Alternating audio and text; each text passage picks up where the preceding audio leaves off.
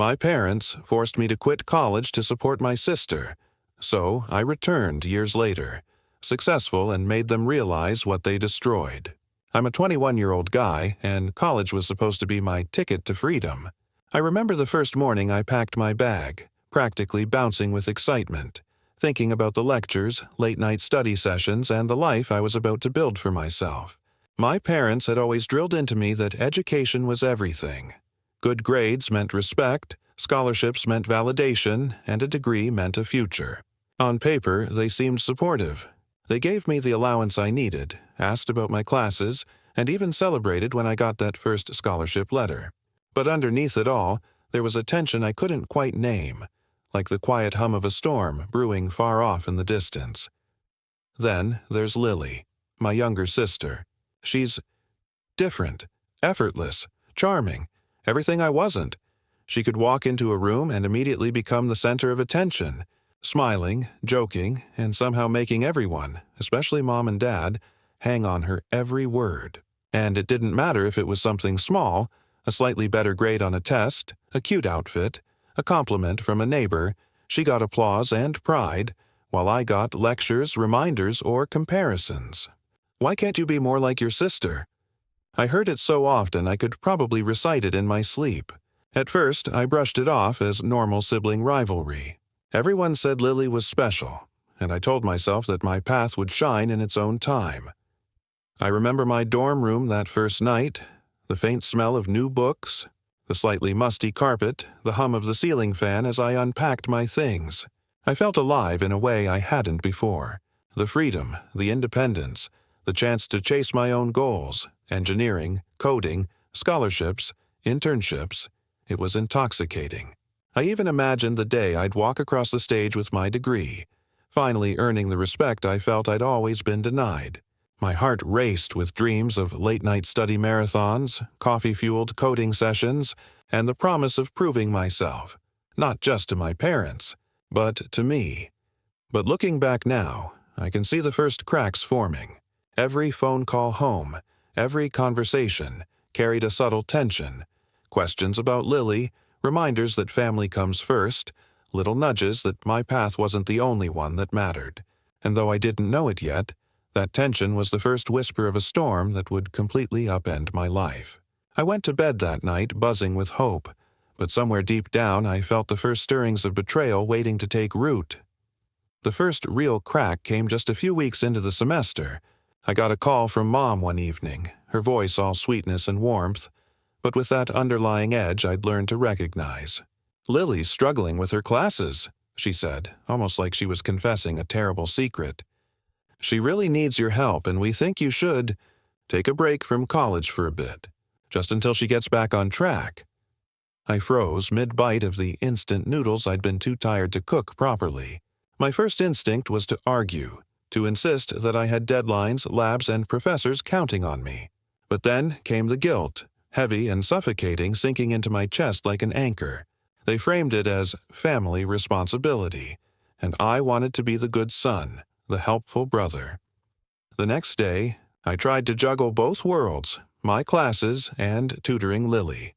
It quickly became obvious that it wasn't just tutoring. It was doing all the work she didn't want to do. Sitting side by side at the kitchen table, I watched her doodle in her notebook while I explained algebra concepts she clearly didn't intend to learn. "I just don't get it," she whined, stretching the syllables like a weapon. Mom hovered nearby, nodding encouragingly at Lily, barely acknowledging my presence. My frustration bubbled, but I swallowed it down because I wanted their approval, and I didn't want to be the villain. It got worse when Dad joined in. "You're so patient with her," he said to me one evening, with that faint smile that didn't reach his eyes. "She's lucky to have you." Lucky? She was manipulating everyone, using my effort as a stepping stone to more attention, and they were praising her for it. I wanted to scream, to throw my books across the room, but I just nodded and kept tutoring, my pride quietly bleeding away. Every day, the subtle comparisons grew louder. Even small victories of mine were shrugged off.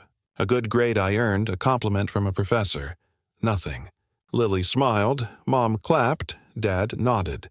And I felt invisible, trapped, slowly eroding under their favoritism. By the end of that week, I was exhausted. Not from schoolwork, not from helping her, but from the emotional tug-of-war. I started dreading phone calls home, every text from my parents, every "how's Lily doing?" piercing me with guilt and anger. I lay in bed that night staring at the ceiling, realizing this wasn't just about helping a sister. It was about losing myself in someone else's story. And as I drifted into a restless sleep, I had a creeping, sinking suspicion that the college life I dreamed of was quietly slipping through my fingers. Something had to give. I was torn between my own life and my family's expectations. Every morning I dragged myself out of bed, my backpack heavier with textbooks and my conscience heavier with guilt. College had started to feel like a distant dream, a world I could only peek into through the thin walls of my dorm. I'd sit in lectures, my mind elsewhere, imagining Lily at home, calling for help, her voice sweet and innocent, masking the manipulation that made my chest tighten. Professors noticed my lack of focus, classmates whispered about late assignments, and I felt myself slipping, not academically but emotionally, mentally. The pressure from home intensified as my parents began suggesting I take a temporary leave. At first, I hesitated. "I can handle both," I told them, but the heavy sighs, the looks of disappointment, the guilt-laden pauses wore me down. "It's just for a semester," Mom coaxed, "until Lily catches up. She really needs her big brother right now." I wanted to believe it was temporary, that I could return to my own life, but the more I gave, the more they demanded.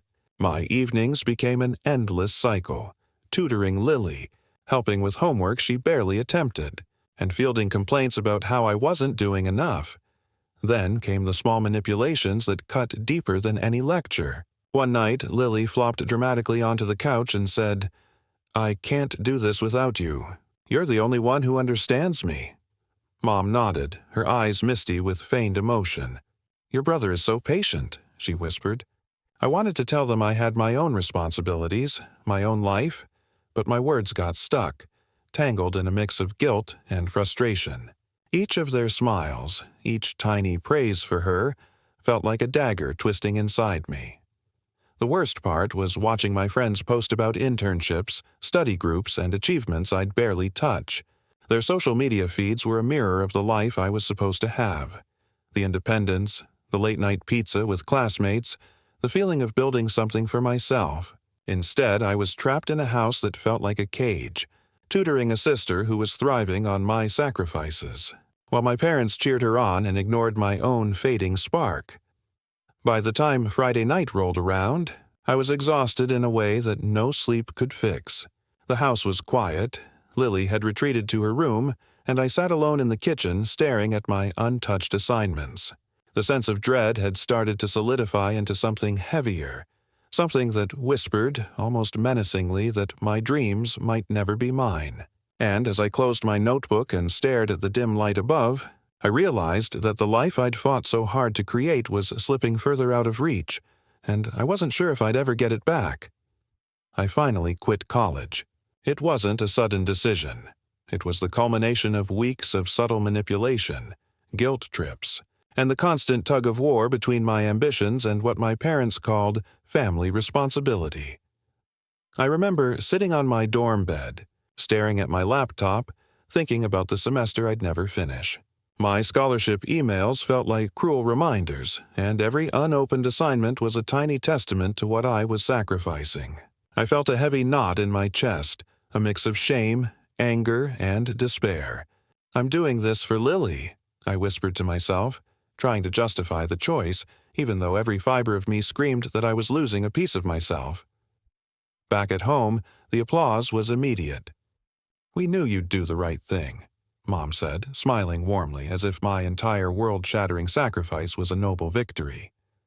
Dad clapped my back with that same faint smile that never reached his eyes. And Lily. Lily beamed like the sun had risen just for her. "Thanks, big brother. You're the best," she said, tossing me a perfunctory hug. My heart sank. She didn't even glance at the tears I was trying to hide, and my parents barely noticed the slump in my shoulders. I realized then that their praise for me was conditional, based on how well I served her. Days turned into weeks, and the reality of my sacrifice hit hard. I worked part-time jobs I hated, trying to cover expenses and help Lily stay comfortable. My evenings were spent explaining concepts she didn't bother to understand, while she lounged, texting her friends or scrolling her phone. The injustice gnawed at me relentlessly. I watched my peers, kids I'd grown up with, post about internships, coding competitions, and parties I wasn't allowed to attend.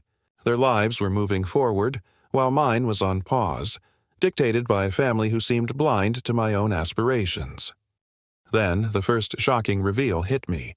I overheard Lily on a video call with a friend, giggling as she bragged about the shopping spree she'd just taken, funded by the money I had been quietly providing. My parents were in the background, nodding and praising her. It wasn't just favoritism anymore. It was exploitation. I sank into my chair, staring at the kitchen floor, feeling the full weight of betrayal. The life I had dreamed of, the freedom I had fought for, was being quietly dismantled right in front of me. And as the sound of Lily's laughter echoed down the hallway, I felt something harden inside me, a quiet, simmering anger, and the first flicker of determination that one day they would see exactly what they had destroyed. I watched my life go on hold while everyone else moved forward. Every day felt like I was living someone else's story, trapped in a loop of sacrifice and quiet resentment. I took on extra shifts at work, barely scraping by, while Lily floated through her days with a kind of effortless entitlement that made my stomach churn. My parents praised her constantly, calling her bright, talented, our little genius, while I was just there. Invisible. The house that was supposed to feel like home became a cage, each wall echoing with the reminder that my dreams weren't a priority, but hers always were. Even small victories meant nothing. I managed to get a promotion at work, a nod to the years of discipline and late nights I'd poured into learning skills on my own. When I tried to share it at dinner, Mom barely looked up. "That's nice," she said in that tone that felt like a cold pat on the head. Meanwhile, Lily got a standing ovation for acing a single school assignment. I forced a smile, nodding, swallowing the sting because arguing never worked. They didn't see me as a person with my own ambitions. I was just a tool for her comfort and success. Nights were the worst. I'd lie in bed, staring at the ceiling, the hum of the fan above blending with the quiet, gnawing anxiety in my chest. I thought about my friends finishing college, traveling, building lives that I wasn't allowed to touch. And the more I thought about it, the more rage and helplessness mixed in a bitter cocktail that I couldn't shake. Lily would pass by, tossing me a casual grin, completely unaware, or maybe deliberately ignoring, how much of myself I had given up. I tried to hold on to hope, whispering to myself that one day I'd return to my own path, that this pause was temporary. But each day, the reality of my sacrifices compounded.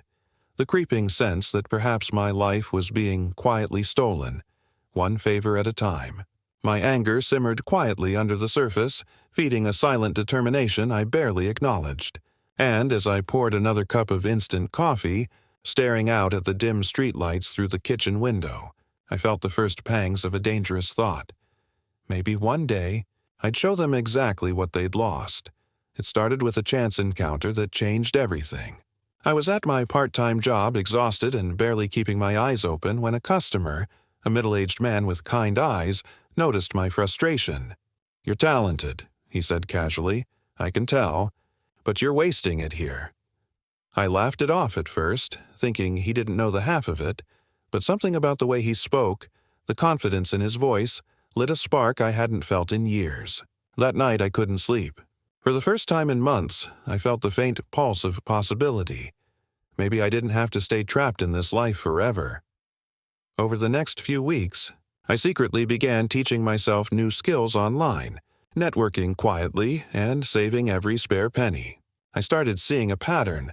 My parents' favoritism wasn't just negligence, it was deliberate, an obsession with keeping me as the family caretaker while Lily thrived. That realization hit me like a punch to the gut. Everything I had done, every sacrifice, every late night, every opportunity I'd abandoned, had been taken for granted. Lily had been thriving on my labor and patience while my own potential was shoved aside. The anger that had been simmering quietly for years boiled over into clarity. I didn't just want my life back. I wanted them to see what they had destroyed. I began making plans. Not recklessly, not impulsively, but carefully. I reached out to mentors, studied business strategies at night, and started small investments that could one day grow into something undeniable. My nights became filled not with tutoring Lily or covering for her laziness, but with spreadsheets, online courses, and quiet plotting. I felt alive again, but also cautious, knowing that any misstep could be used to pull me back into their control. One evening, Lily came bounding into the kitchen, smiling like always. "Big brother, can you help me with my essay?" she asked, her voice dripping with innocence. I smiled politely, but inside I felt a strange thrill, a quiet, burning sense of control returning. For the first time, I wasn't just the obedient son. I was someone who could quietly outgrow them, outsmart them, and eventually make them regret the years they'd wasted on her pampering. And as I shut my laptop that night, the hum of the ceiling fan above seemed less like a lullaby and more like a drumbeat, heralding a slow, inevitable return to the life that was always meant to be mine. The next few years became a quiet war fought in the background. While Lily continued her easy life, flaunting little victories and relying on my work, I was building something real. Nights that used to be filled with tutoring sessions or endless chores were now filled with coding, networking, and learning everything I could about business and finance. Each small win, a certification completed, a successful freelance project, a positive client review, felt like a secret rebellion against the life I'd been forced into. My confidence grew, and for the first time, I started seeing the distance between who I was and who they thought I'd always be. I still visited home, still helped when asked, but the dynamic had shifted subtly. I smiled politely, answered questions with patience, but internally I kept meticulous records of my own growth. Every dollar I earned, every skill I acquired, was a brick in the foundation I was quietly building. Meanwhile, Lily's reliance on me didn't diminish. If anything, she became more entitled, expecting my support without acknowledgement. My parents continued their pattern of praise for her and dismissiveness toward me, completely unaware that the person they had taken for granted was quietly untouchable now. One evening, after finishing a long freelance project, I sat on my apartment balcony, the city lights shimmering below. I thought about the years I'd lost, the lectures, the endless sacrifices, and the life that had been stolen from me. But instead of anger, a focused determination took over. I would succeed, not just for myself, but to make them understand the cost of their favoritism. My revenge wouldn't be cruel. It would be undeniable. My success would speak louder than any argument or confrontation. Even at my highest moments of progress, I felt a thrill mixed with tension every time I returned home. Lily's smug smiles, my parents' unconscious condescension, every thank you that wasn't genuine, all of it added fuel. I was climbing, growing stronger, smarter, and more independent. But the storm wasn't over. There was still a reckoning coming. And as I closed my laptop that night, listening to the hum of the city below, I knew the day I returned to confront them, armed with my success, would come, and it would change everything. I thought I was ready. I really did. Years of late nights, endless projects, and careful planning had built me into someone confident, independent, and quietly successful. But life, it seemed, wasn't done testing me. One evening, after a particularly grueling week juggling a high-stakes freelance contract and my personal investments, disaster struck. A trusted business partner, someone I had considered an ally, turned on me, mismanaged funds, withheld critical payments, and left me scrambling to save what little I had. I felt like I was back at square one, trapped in a cycle of betrayal I couldn't escape. At home, things hadn't changed either. Lily strutted through the house, bragging about new gadgets she'd bought with money I'd contributed indirectly, while Mom and Dad nodded approvingly. "See how helpful your brother is?" Mom said, smiling at her favorite child. I wanted to scream. I had worked so hard, clawed my way up from exhaustion and emotional manipulation, only to be blindsided by life and the people I trusted. The injustice stung more than ever. I sat in my small apartment, the glow of my laptop screen illuminating a face I barely recognized, hollow eyes, tense jaw, and the weight of exhaustion pressing down on me. The nights became unbearable. I lay awake, staring at the ceiling, thinking about everything I had lost and everything I still had to fight for. Friends and mentors offered advice, but the betrayal felt personal, heavy, almost suffocating. I questioned if all my planning had been worth it, if the fight for recognition and independence was even possible. For the first time in years, I doubted myself, not just my skills, but my resolve, my worth, my ability to rise above what my family had taken from me. And yet, somewhere deep inside, that simmering ember of determination refused to die. Even in my lowest moment, when failure and betrayal felt like shackles, a quiet, stubborn thought took root. If life and others could try to break me, then I would rise harder, smarter, and stronger than they could ever anticipate. But as I sat alone in the darkness, the hum of the city outside like a distant taunt, I had no idea how long it would take, or how much more I would endure, before I could finally turn the tables. The morning after hitting what felt like rock bottom, something inside me shifted. I was tired of being at the mercy of circumstances, tired of letting life and people dictate my worth. I picked myself up, dusted off the frustration and despair, and made a plan. Small steps at first, restructuring my projects, carefully vetting partners, and focusing on building my own brand and credibility. Each day, I chipped away at the obstacles that had been piled on me, quietly proving to myself that I could still rise. I found mentors who saw my potential and gave guidance that felt genuine for the first time in years. I started taking on higher-profile projects, putting my skills on display, and earning recognition in spaces I hadn't dared to enter before. My bank account began to reflect my efforts, but more importantly, my confidence returned. I was no longer just the obedient son, the helper, or the invisible brother. I was someone who could control my own life, and slowly, my vision for the future became tangible again. Returning home, I felt a strange mix of pride and quiet amusement. Lily was still her usual self, smiling, complaining about homework, expecting my assistance without a thought. Mom and Dad continued their familiar routine of conditional praise, oblivious to the transformation I'd undergone. And yet, with every casual remark, every small interaction, I felt the power subtly shift. I was no longer dependent. I was no longer invisible. The scales were beginning to tip, though they didn't realize it yet. Evenings became moments of quiet satisfaction.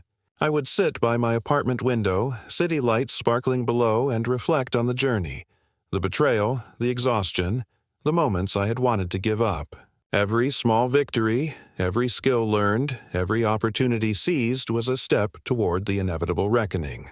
I felt alive in a way I hadn't for years, and the thought of returning to confront my family no longer filled me with anxiety but with anticipation. I was no longer the boy who had been forced to sacrifice his dreams. I was becoming the man who would make them see exactly what they had destroyed. And as I closed my laptop, the hum of the city beneath me felt less like noise and more like a drumbeat, signaling that the moment to reclaim my life was approaching. The storm wasn't just coming, it was already brewing. I returned home with a quiet confidence that felt almost foreign after years of being the invisible, overworked brother. My suitcase wasn't just filled with clothes. It carried evidence of a life I had rebuilt from nothing. Certificates, project portfolios, business achievements, and the tangible proof that I was no longer the obedient child trapped in their favoritism. Lily greeted me with her usual grin, expecting the same easy compliance I had offered for years.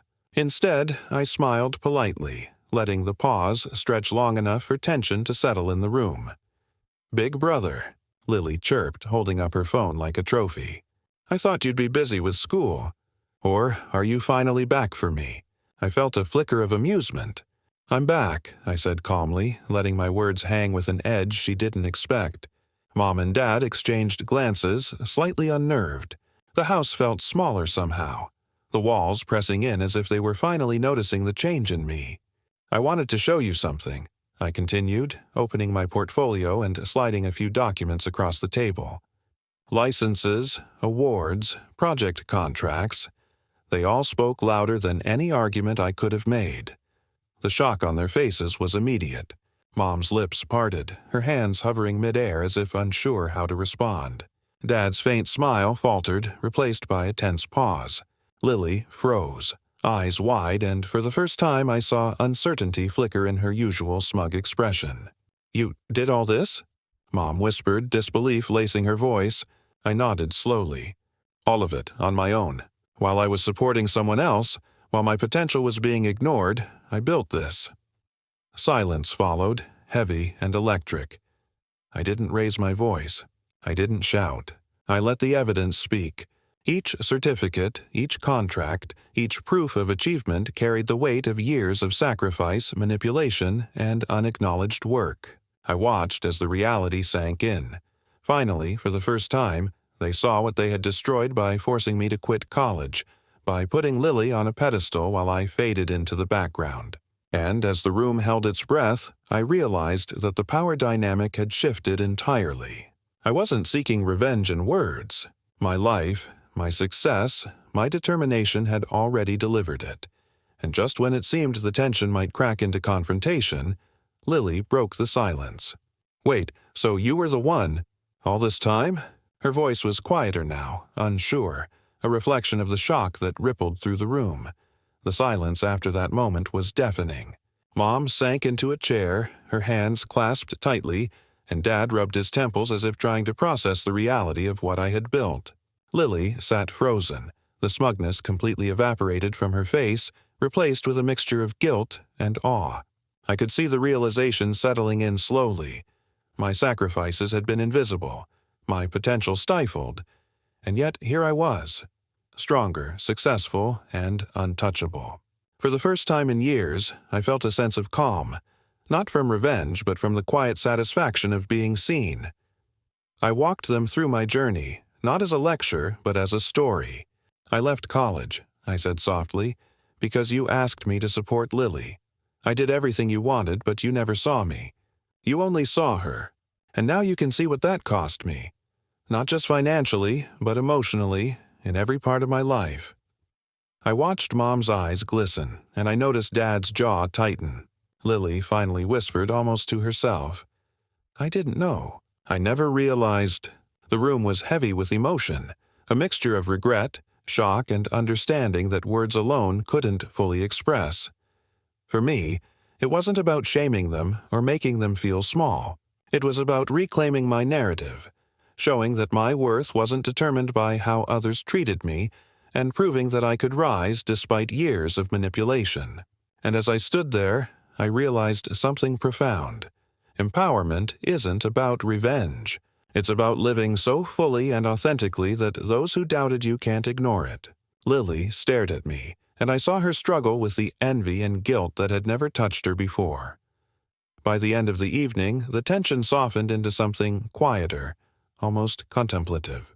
My parents were forced to confront the consequences of their favoritism, and Lily had a glimpse of the person I had become, the brother they had overlooked for so long. I felt a sense of closure, not in words, but in the undeniable proof of my journey. And as I left the house that night, the air cool on my face, I carried something heavier than success, the knowledge that I had reclaimed my life, and nothing they could say or do would ever take it away. But even in that quiet victory, a part of me knew the reckoning had only just begun. For them, and for the lessons they would never forget. I walked away from that house with a lightness I hadn't felt in years, but also with a clarity that settled deep in my chest. For the first time, I wasn't defined by my parents' approval or Lily's entitlement. I was my own person, fully in control of my life, my choices, and my future. The journey had been brutal. Years of sacrifice, manipulation, and quiet suffering, but it had forged a version of me that no favoritism or betrayal could break. I smiled at the city lights as I left, feeling the hum of possibility vibrating through me. The lessons I carried weren't just about revenge or proving a point. They were about understanding my own worth, setting boundaries, and never allowing someone else's expectations to define me. Mom and Dad had finally seen what they'd overlooked for so long, and Lily had felt the first real consequences of her entitlement. But more importantly, I had felt my own power return, steadily, like a tide washing away the resentment that had weighed me down for years. Each small victory, every career milestone, every personal achievement was a reminder that life doesn't always reward those who demand attention, but those who persist quietly and relentlessly. I began mentoring others, quietly sharing my story without bitterness, helping people who had been trapped by family dynamics or expectations to reclaim their own lives. Every time someone told me my story inspired them, I felt a deeper satisfaction than any recognition or money could provide. I realized that empowerment is contagious. It spreads silently, reshaping the narrative one person at a time. And as I looked back on the house one last time, I felt a strange gratitude for the hardships. Without them, I might never have discovered the depth of my own resilience or the strength of my ambition. Now, when I think of my parents and Lily, it's not with anger or revenge, but with the satisfaction that life has a way of balancing the scales. I am living my dream, fully independent and unshakable. They may never fully understand what they lost, and maybe that's the point. I don't need them to. I have proven to myself and the world that no one can define my worth except me. And that knowledge, quiet, unyielding, and triumphant, feels like freedom in its purest form.